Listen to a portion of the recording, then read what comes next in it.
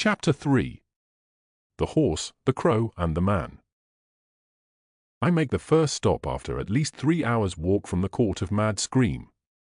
Just to be sure, I sit on a rock and soak my sprained ankle in the icy water of the fjord. The low temperature brings relief and aids in the regeneration. It's not just about avoiding them seeing me limping, dragging myself, leaning on a stick, searching for privacy in the bushes, battling with the spoiled meat rebelling against my intestines. My survival manual definitely lacked a chapter, Coast of Sales plants that can safely replace toilet paper. It's also about me having had enough of them. I already have way too much material to sort through. I think about hallucinations. I'm sure some of what I've seen must have come from my own head. Especially the spectres, as if straight out of the paintings of the Mad Dutchman.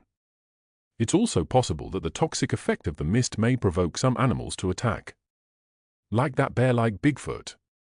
I should take samples and analyze the composition. With the help of the cipherl, I might be able to do it to some extent, but it's risky and foolish. I'm scared. Besides, the mist is not my problem. My problem is 4 people, lost somewhere in the forests of the coast. At least I know I'm following Van Dyken's trail. A trail that's 2 years old. Let's imagine a hallucinogen that causes lasting effects. Before my eyes, a tomato turns into a spider, then the poisoning subsides, but I forever see the fruit as a tomato spider. Permanent perception damage. Furthermore, others who have been exposed to the poison see the same thing. Someone new comes along, and for them, it's still a tomato. The prince aged and crumbled before my eyes, but maybe he simply had a heart attack, and everything else is a delusion. The river flows lazily between high, rocky banks. Twisted pines cling to the remnants of soil with their roots among the stones. It reminds me of Finland. Vacation at Grandpa Vainamonen's. If he were here, he'd go fishing right away. The trail winding between the rocks and cliffs is torture for someone with a sprained ankle. According to my internal map, I have at least 2 days of walking ahead. With this leg, maybe even 3. I'm wandering, stopping every 2 hours. I could go faster, but there's no need to hurry. For the first time in my life, I feel that it doesn't really matter if I'm taking a day shorter or a day longer. I need to hunt or catch something soon. My modest iron rations won't last long. I dream of a horse. A stocky, deer-like creature of a strange color, like the ones they ride here. A kingdom for a horse. Gold for a horse. The thought of a horse is slowly becoming my obsession. In this part of the coast, there are no wild horses. No herds of mustangs. Just rocks, trees, and a river. A river flowing to the sea. It occurs to me to build a raft and float down the river to the estuary, where there's a port. At least some kind of makeshift boat. A canoe. However, the idea of building a boat doesn't drown out my obsessive thoughts. I prefer a horse. I dream of a horse. I only have a machete. Building a solid raft would take about a week. Even getting there on foot would be faster. I march among the stones and visualize a horse out of boredom. A form of positive thinking. In my mind, I hear the hoofbeats, the snorting, and I see it trotting with its legs outstretched and its mane blowing in the wind. A horse. A kingdom for a horse. At dusk, mist rises above the river. Misty streaks and wisps, and at the sight of it, my heart starts racing, but it's just the usual evening mist. There's no sudden drop in temperature, no hallucinations. I find a grassy point at the river coast and build myself a shelter on the edge. I tie the tips of small trees and fasten them to a twisted, willow-like trunk, then cover the roof with pine branches. I also use a layer of such branches for the tent floor. If only I had a piece of my parachute, what a tent that would make. An hour before the shelter, a fire is burning, water is boiling in the pot, and a Virginia cigarette smolders in the pipe. Stakes are set up around my campsite, with metal fragments of equipment dangling from them.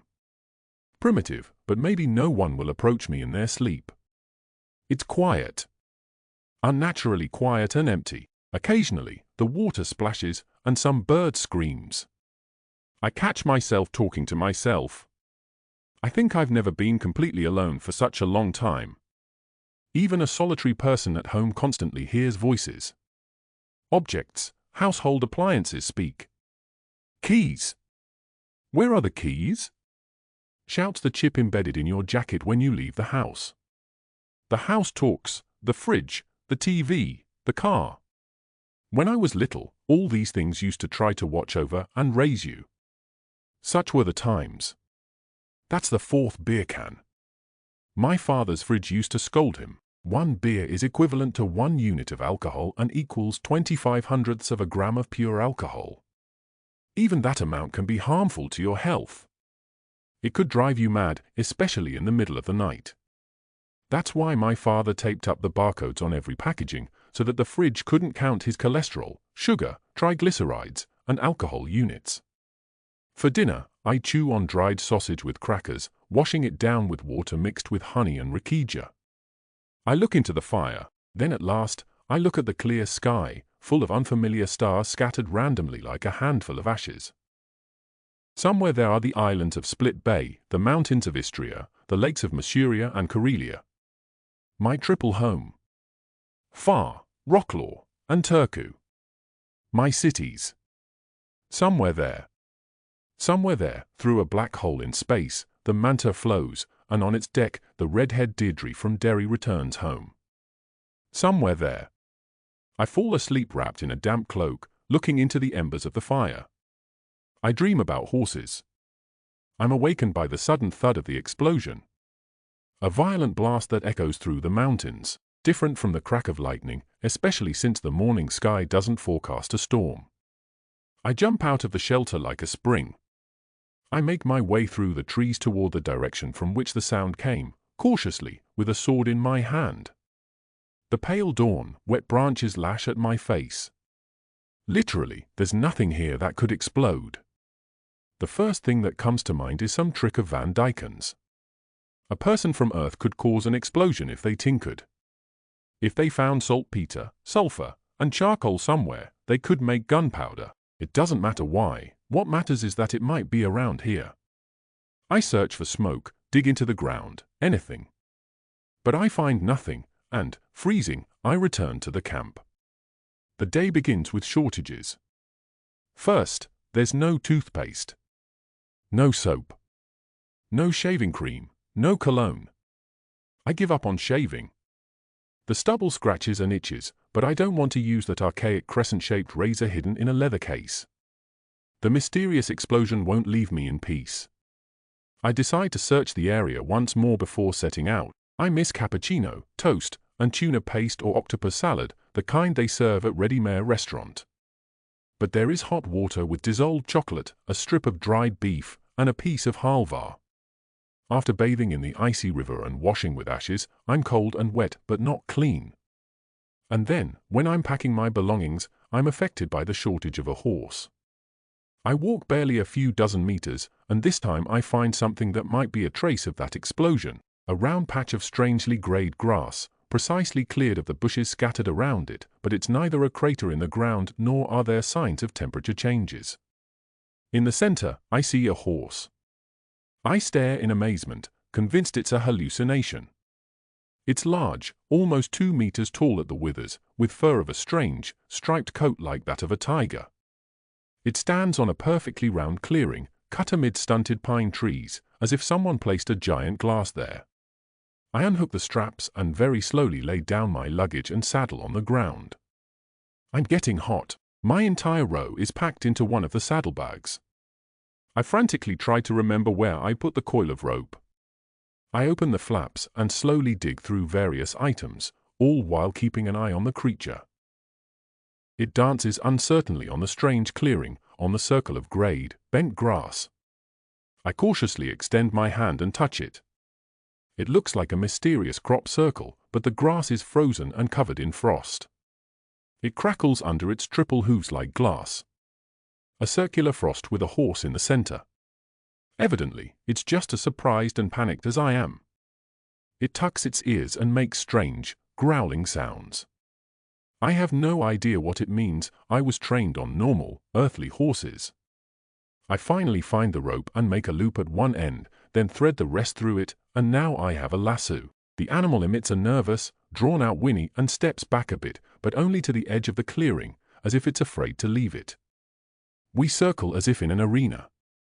I take slow, almost hypnotic steps while at the same time, I arrange the rope in large, even coils, one right after the other, as I was taught. I tighten the loop at the end, stretch it wide, and hold it in my hand in such a way that I can make a broad, circular motion above my head and throw it. The horse doesn't take its eyes off me, pacing sideways, trying to keep as much distance as possible. This isn't a wild horse. Someone has cut its maner, not as short as I would have done, but still. There's a branded mark on its side, a circle intersected by a vertical line, like the Greek letter phi. I don't have time to investigate the clearing or wonder how it was created. The most important thing now is the horse. When fate, God, or the local gods place a treasure in my hands, I intend to seize it. I keep talking to him gently, in Croatian, Polish, Finnish, and in the dialect of the coast.